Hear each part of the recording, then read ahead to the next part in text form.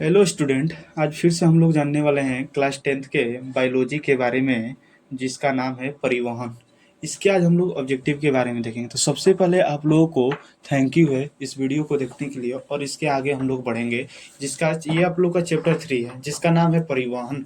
इसके बारे में हम लोग ऑब्जेक्टिव को देखेंगे। आज के क्लास में हम लोग का लगभग लगभग 45 क्वेश्चन होगा, जिसमें पूरा हमारे जानदार क्वेश्चन रहेगा, और उस क्वेश्चन को हम लोग करेंगे अभी से। इसके आगे से जो हमारा होगा, और इसके पीछे जो आप लोगों को किया गया है, हमारा पहला चैप्टर और दूसरा चैप्टर। पहला चैप्टर में भी हमारा बहुत सारा क्वेश्चन किया गया है, और दूसरा चैप्टर में तो हमारा बहुत सारा क्वेश्चन हुआ है।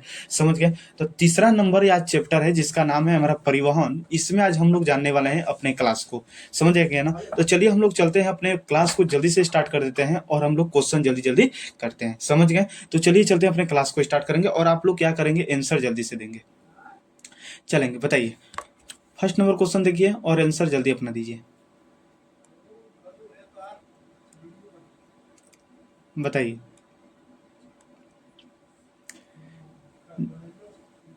निम्न में कौन एक कोशिकीय पौधा है? बताइए, निम्न में कौन एक कोशिकीय पौधा होता है? जल्दी से आप बताइए। क्लेमाइडोमोनास, अमीबा, यूग्लिना, या ए और सी हमारा दोनों? जल्दी बताइए। तो आप तो कहेंगे कि सर एक कोशिकीय जीव जो हमारा होता है ना, हमारा क्लेमाइडोमोनास भी होता है और यूग्लिना भी। मतलब ऑप्शन नंबर डी हमारा सही हो जाएगा, कि यूग्लिना और क्लेमाइडोमोनास दोनों हमारा क्या होता है, एक कोशिकीय पौधा है। समझ गए? चलिए, क्वेश्चन नंबर सेकेंड आप बताएंगे। क्वेश्चन नंबर सेकेंड जल्दी से देखिए, और इसका आंसर आप देंगे। क्या होगा, पढ़िए और इसका आंसर दीजिए। इसका आंसर आप देंगे पढ़ पढ़ के। अच्छा से पढ़िए। एक कोशिकीय शैवालों में पदार्थों का परिवहन किसके द्वारा होता है? बताइए। एक कोशिकीय पौधा में पदार्थों का जो परिवहन होता है, किसके द्वारा होता है? बताइए। तो सबको पता है ये किसके द्वारा होता है, तो सब यहाँ पर बोलेंगे कि सर विसरण द्वारा होता है। किसके द्वारा होता है? विसरण के द्वारा होता है। समझ गए? चलिए, आगे क्लास को हम लोग देखते हैं। तो क्या होगा इसका, हमारा विसरण क्रिया द्वारा ये हमारा चीज होती है। समझ गए? तो ऑप्शन नंबर हमारा क्या होने वाला है? ऑप्शन नंबर बी हमारा विसरण क्रिया के द्वारा हो जाता है। समझ गए? विसरण क्रिया द्वारा हमारा होता है। समझ गए ना? चलिए, थर्ड नंबर क्वेश्चन हम लोग देखते हैं। थर्ड नंबर क्वेश्चन मेरे भाई पढ़िए, और इसके आंसर दीजिए। निम्न में कौन संवहन उत्तक है? बताइए, निम्न में कौन संवहन उत्तक है? जाइलम है, फ्लोएम है, कोशिका है, या ए और बी दोनों है? बताइए कौन होगा। निम्न में कौन संवहन उत्तक होता है? तो संवहन उत्तक तो आप जानते हैं कि जाइलम भी होता है और फ्लोएम, क्योंकि संवहन उत्तक हमारा दो प्रकार का होता है। कितने प्रकार का? दो प्रकार का। पहला हमारा जाइलम, और दूसरा हमारा फ्लोएम। क्या? फ्लोएम। तो जाइलम और फ्लोएम, मतलब ए और बी हमारा ऑप्शन नंबर डी हमारा सही हो जाएगा। समझ गए? चलिए, चौथा नंबर क्वेश्चन पढ़िए। चौथा नंबर क्वेश्चन पढ़ेंगे और इसका आंसर देंगे आप। निम्न में संवहन उत्तक का दूसरा भाग कौन है? संवहन उत्तक का दूसरा भाग हमारा कौन होता है? बताइए। हम आपको अभी बताएं कि संवहन उत्तक हमारा दो प्रकार का। पहला हमारा जाइलम, दूसरा हमारा फ्लोएम।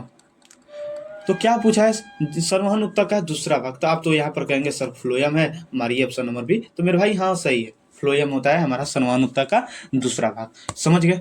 चलिए, पांचवा नंबर क्वेश्चन जल्दी बताइए। पांचवा नंबर क्वेश्चन बताएंगे। जल एवं खनिज लवणों का रूपांतरण में कौन सहायक होता है? बताइए। जाइलम नहीं, जल एवं खनिज लवणों का रूपांतरण में कौन हमारा सहायक होता है? हमारे पौधों में जल एवं खनिज लवण को कौन पहुंचाता है? बताइए जल्दी से। चालनी नलिका, वाहिकाएं, वाहिनिकाएं, या बी और सी दोनों? बताइए, सभी लोग बताएंगे। जल एवं खनिज लवणों का रूपांतरण में कौन सहायक होता है? जल्दी आप बताएंगे। तो आप तो बोलेंगे कि सर हमारा वाहिका भी होता है और वाहिनिकाएं भी होती है। तो ऑप्शन नंबर हमारा डी हो जाएगा। तो वो सही है, ऑप्शन नंबर डी ही हमारा करेक्ट होगा मेरे भाई।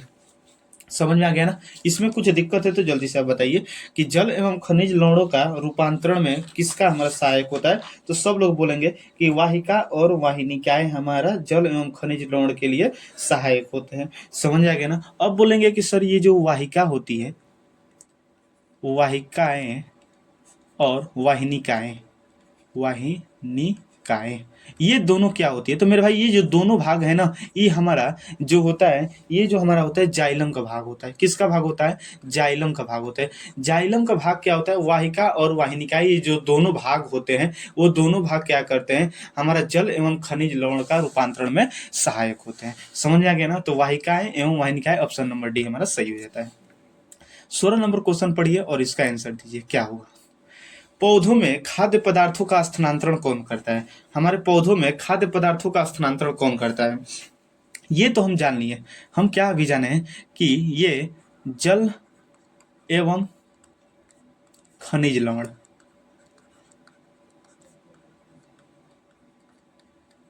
जल एवं खनिज लवण में किसका सहायक होता है? जाइलम का। ये जाइलम करते हैं, जल एवं खनिज लवण का स्थानांतरण करते हैं। समझ आ गया ना? जाइलम का भाग करता है जो वाहिकाएं वाहिनिकाएं होती है, जो एक्चुअल में कहते हैं हम जाइलम ही जल एवं खनिज लवण का स्थानांतरण होता है। समझ आ गया ना? लेकिन जो खाद्य पदार्थ होते हैं, खाद्य पदार्थ, इस खाद्य पदार्थ का मेरे भाई जो स्थानांतरण करते हैं, कौन करता है? फ्लोएम करता है। क्या करता है? फ्लोएम करता है। ऑप्शन नंबर बी हमारा राइट हो जाता है कि हमारा कौन करता है? फ्लोएम करता है। समझ आ गया?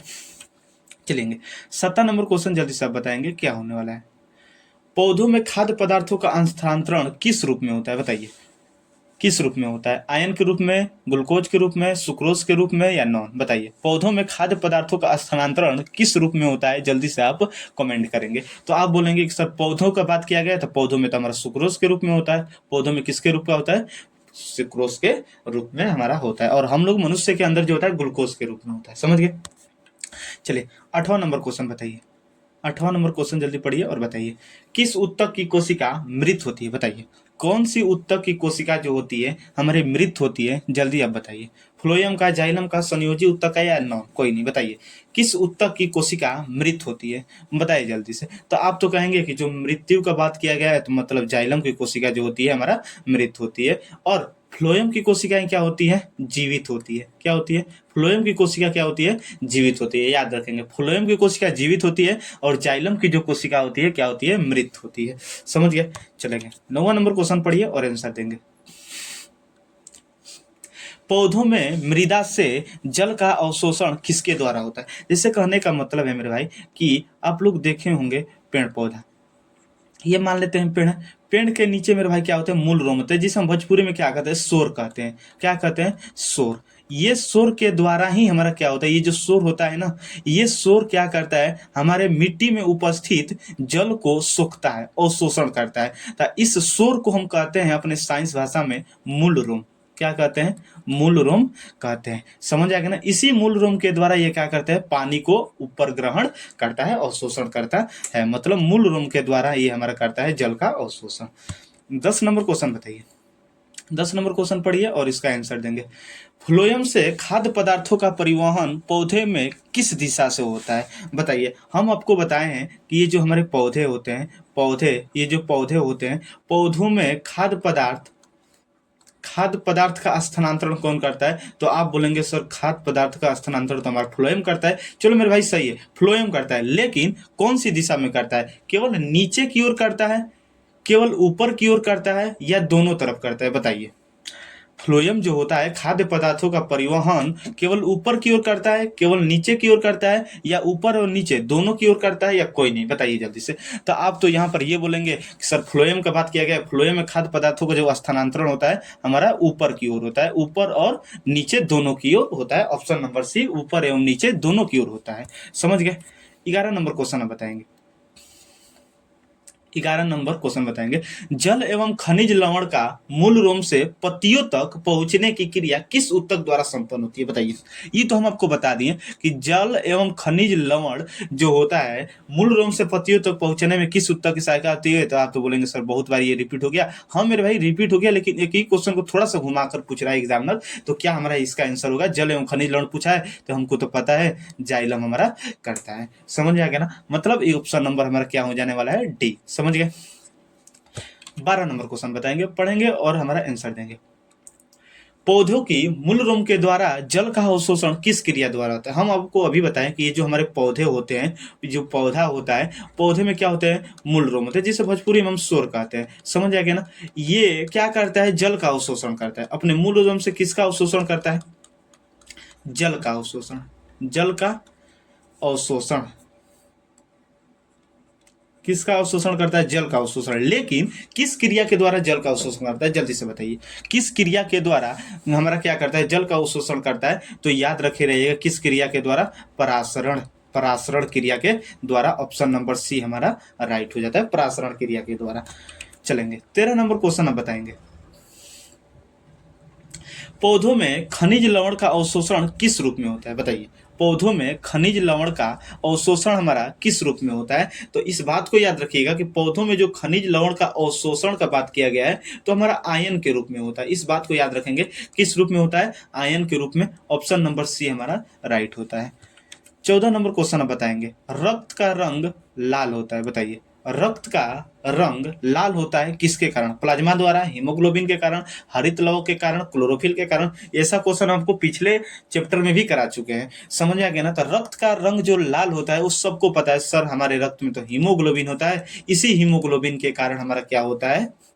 रक्त लाल होता है। चलिए एक क्वेश्चन आप बता दीजिए, हीमोग्लोबिन की कमी से, हीमोग्लोबिन की कमी से कौन रोग होता है? कौन रोग होता है? हीमोग्लोबिन की कमी से कौन रोग होता है? चलिए ये बता दे रहे हैं, एनीमिया। कौन सा रोग होता है हमारा? एनीमिया रोग होता है। समझ गए?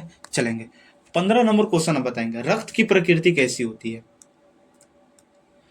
रक्त की प्रकृति कैसी होती है जल्दी बताएंगे। उदासीन, अम्लीय, क्षारीय या ए और बी दोनों? बताइए, अम्लीय होती है, उदासीन होती है, क्षारीय होती है या ए और बी दोनों? आप बताएंगे जल्दी से कि अम्ल की हमारी प्रकृति कैसी होती है, जल्दी से बताइए। तो सबको पता है कि रक्त की जो प्रकृति होती है हमारा कैसा होती है? क्षारीय होती है। कैसी होती है? क्षारीय होती है। समझ गए?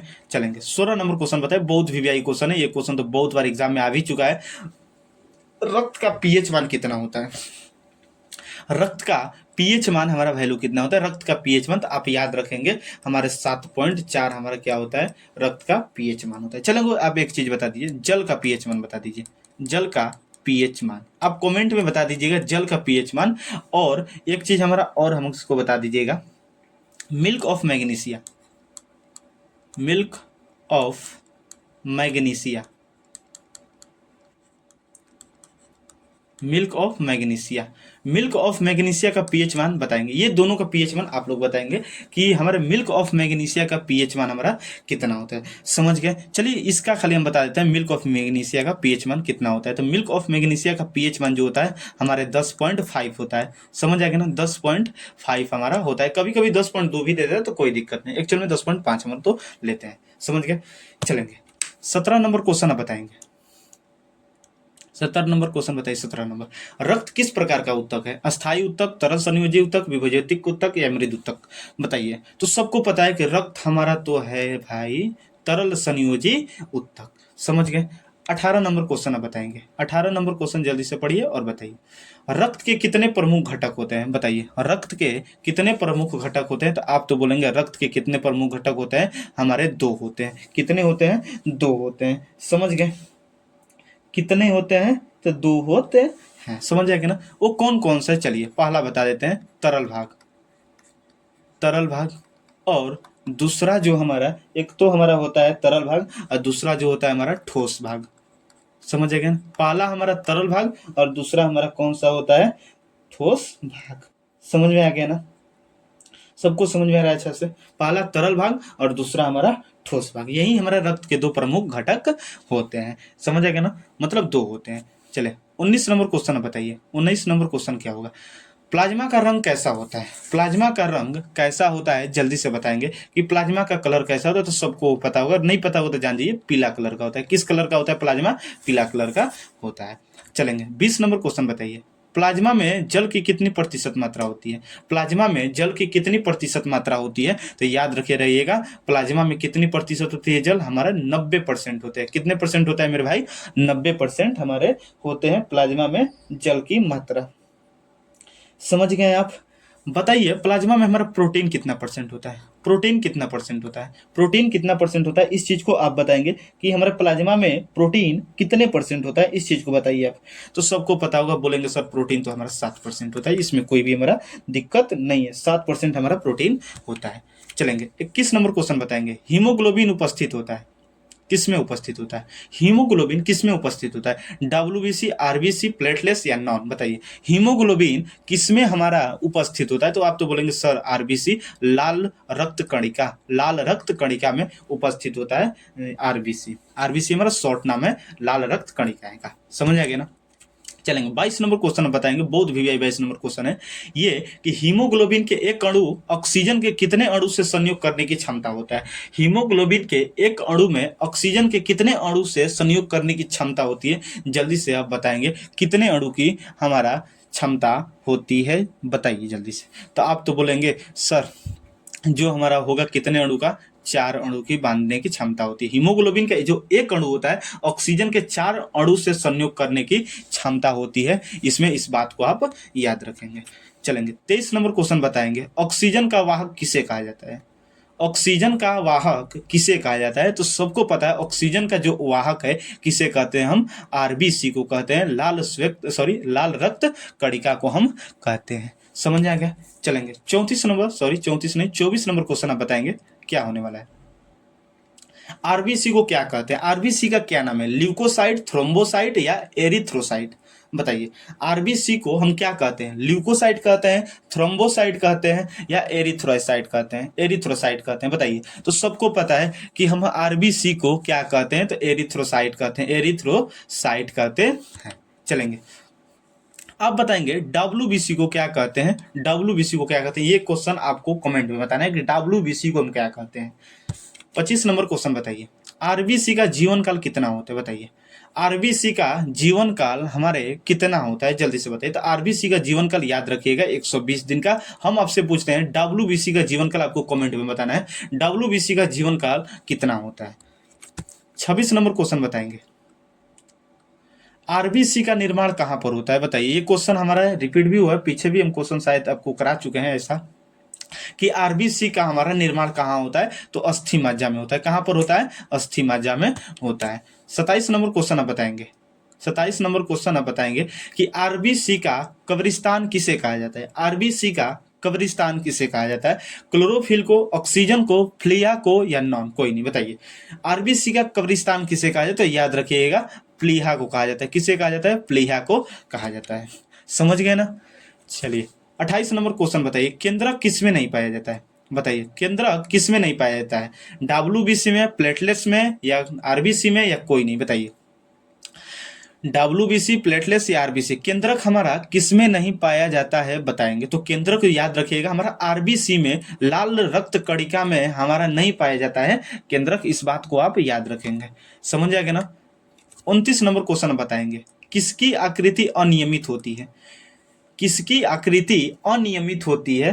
कहने का मतलब होता है जो मेरे भाई क्या होता है, नियमित मतलब क्या होता है, बदलना, नियमित मतलब बदलना, लेकिन अनियमित मतलब नहीं बदलना, समझ गए ना।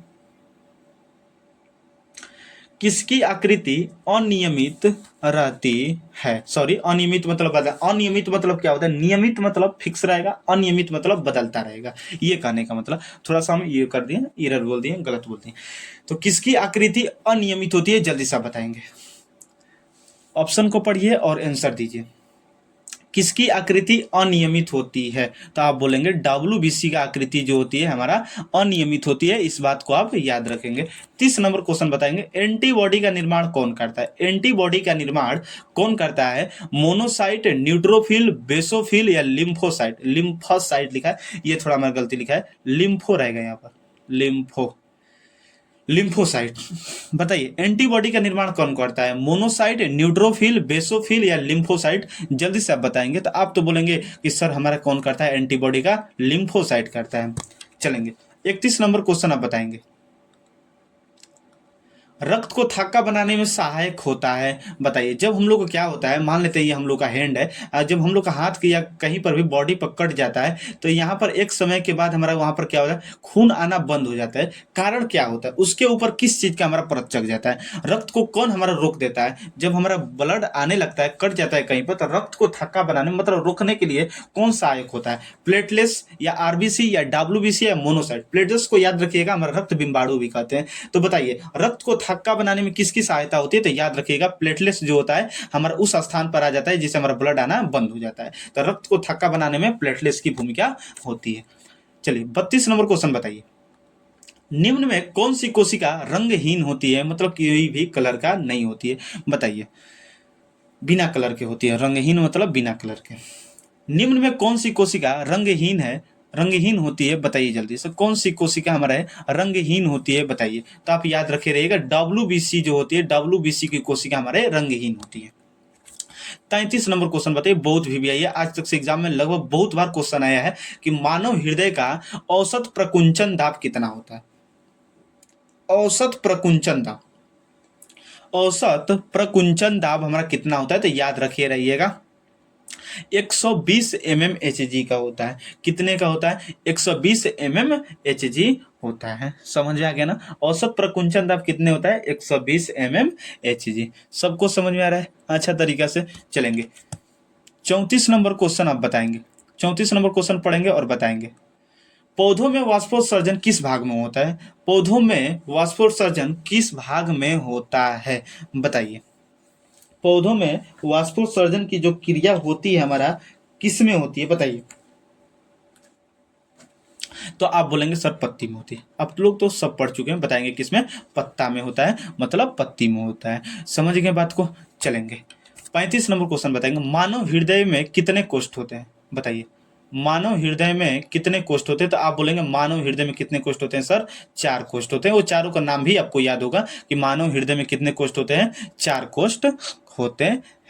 समझ गए बात को, चलेंगे 36 नंबर क्वेश्चन बताएंगे, प्रकृति में ऑक्सीजन का संतुलन कैसे बना है। प्रकृति में ऑक्सीजन का संतुलन कैसे बना है, तो आप बोलेंगे संयोजन क्रिया, प्रकाश संश्लेषण, अपघटन या नॉन। ये क्वेश्चन हम पीछे भी अगले चैप्टर में भी, पीछे वाले क्लास में भी आपको करा चुके हैं, तो ये क्वेश्चन आपका देना है, आपको देना है। बताइए, प्रकृति में ऑक्सीजन का संतुलन कैसे बना है, तो आप बोलेंगे सर प्रकाश संश्लेषण के कारण हमारे प्रकृति में ऑक्सीजन का संतुलन बना हुआ है।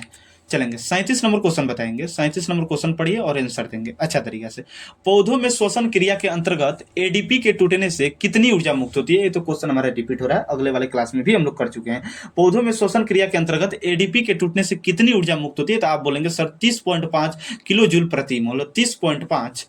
30.5 किलो जूल प्रति मोल हमारा क्या होता है, ऊर्जा मुक्त होती है। समझ गए, चलेंगे 38 नंबर क्वेश्चन अब बताएंगे, अच्छा क्वेश्चन है, रक्त के कौन से अवयव घायल स्थान में रक्त स्राव के मार्ग को रक्त का थक्का बनाकर अवरुद्ध कर देता है। कहने का मतलब हम आपको क्या समझाए थे कि जब हम लोग को क्या होता है, हाथ वगैरह या कोई भी वगैरह कट जाता है तो क्या होता है, वहां से ब्लड आना स्टार्ट होने लगता है। क्या ना होना स्टार्ट होने लगता है, तो मेरे भाई कहेंगे ब्लड आना स्टार्ट हो जाता है। जब यहाँ से हमारा ब्लड आना स्टार्ट होता है तो कुछ समय बाद यह ब्लड हमारा बंद हो जाता है। आखिर उसके ऊपर क्या ऐसा चीज हो जाता है कि हमारा ब्लड आना बंद हो जाता है, उसी चीज को बताना है कि कौन सा भाग है जो हमारा ब्लड को रोक देता है। समझ आ गया ना, ब्लड को क्या करता है, रक्त को थक्का बना देता है। ये क्वेश्चन आपसे पूछा है, तो आप तो बोलेंगे सर अभी बताए हैं प्लेटलेट्स, क्या प्लेटलेट्स, प्लेटलेट्स को ही क्या कहते हैं, रक्त बिम्बाणु। ऑप्शन नंबर डी हमारा राइट हो जाता है। समझ गए ना, रक्त बिम्बाणु क्या करता है, इस चीज को करता है। चलेंगे 39 नंबर क्वेश्चन बताएंगे, रक्त क्या है, तो आप बोलेंगे सर उत्तक मारिए ना, उत्तक होगा, रक्त क्या है, उत्तक है। समझ आ गया ना। 40 नंबर क्वेश्चन आप बताएंगे, मानव हृदय घिरा होता है। मानव जो हृदय होता है, मनुष्य का जो हमारा दिल होता है, हर्ट जो होता है, जो हर्ट होता है हमारा किससे घिरा होता है, हमारे किससे घिरा होता है, बताइए। मानव हृदय किससे घिरा होता है, तो इस बात को आप याद रखेंगे, पेरिकार्डियम नामक का एक झिल्ली होता है, उसी झिल्ली से हमारा क्या होता है, घिरा होता है हमारा हर्ट, दिल। समझे क्या बात को ना। चलेंगे 41 नंबर क्वेश्चन बताएंगे, किस जीव में हीमोग्लोबिन नहीं होता है, बताएंगे। किस जीव में हीमोग्लोबिन नहीं होता है, किस जीव में हीमोग्लोबिन नहीं होता। आप लोग को याद होगा हम लोग क्या करते थे बचपन में हम लोग क्या करते थे, छोटे क्या करते हैं, मक्खी को पकड़ के क्या करते, उसको मार देते थे, मक्खी को क्या करते थे, मार देते, लेकिन मारने के बाद उसमें से किसी भी प्रकार का ब्लड नहीं निकलता था। हमारा ब्लड में ही होता है क्या, हीमोग्लोबिन, और जिसमें ब्लड हमारा है ही नहीं तो उसमें हीमोग्लोबिन कहाँ पाएगा, इस बात को आप बताइए। तो हमारा मक्खी में ब्लड नहीं होता था, जब मार देते तो उसमें से किसी भी प्रकार का ब्लड नहीं निकलता था, और जिसमें ब्लड नहीं रहेगा हमारा हीमोग्लोबिन भी नहीं रहेगा, क्योंकि हीमोग्लोबिन जो होता है हमारा ब्लड में ही होता है। समझ आएगा ना। तो बताइए, तो किस में हमारा क्या होता है, हीमोग्लोबिन नहीं होता, तो आप बोलेंगे सर मक्खी में, माछी में, हम लोग जो भरपूर बोलते हैं, मक्खी में हमारा हीमोग्लोबिन नहीं होता है। समझ गए। चलेंगे 42 नंबर क्वेश्चन बताएंगे। 42 नंबर क्वेश्चन को पढ़िए और आंसर देंगे। हीमोग्लोबिन की कमी से कौन रोग होता है, इसके पीछे हम आपको बता चुके हैं कि हीमोग्लोबिन की कमी से कौन सी रोग हमें होती है, बताएंगे आप जल्दी से। हम आपको बता दिए एनीमिया रोग होती है, पीछे बता दिए एनीमिया रोग होती है। चलेंगे 43 नंबर क्वेश्चन बताइए। हृदय से रक्त को संपूर्ण शरीर में पंप किया जाता है, हृदय से रक्त को संपूर्ण शरीर में पंप कौन करता है, अलिंद द्वारा, फेफड़ा द्वारा, निलय द्वारा, या सभी, बताइए। हृदय से रक्त को संपूर्ण शरीर में पंप कौन करता है, जल्दी से आप बताएंगे। तो आप बोलेंगे निलय द्वारा, जो होता है निलय द्वारा हमारे रक्त में संपूर्ण शरीर में क्या होता है, पंप किया जाता है। चलिए 44 नंबर क्वेश्चन आप बताएंगे।